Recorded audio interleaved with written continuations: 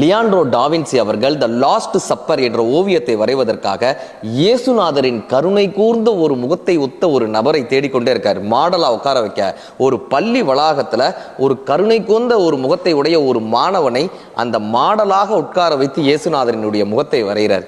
இப்போ யூதாசினுடைய முகத்தை வரைவதற்காக மிக கொடூரமான ஒரு முகத்தை ஒத்த மனிதனை தேடிக்கொண்டே இருக்காரு. 4 வருடமாக தேடியும் அவருக்கு அந்த யூதாசினுடைய முகத்தை வரையக்கூடிய மனிதர் கிடைக்கவே இல்லை.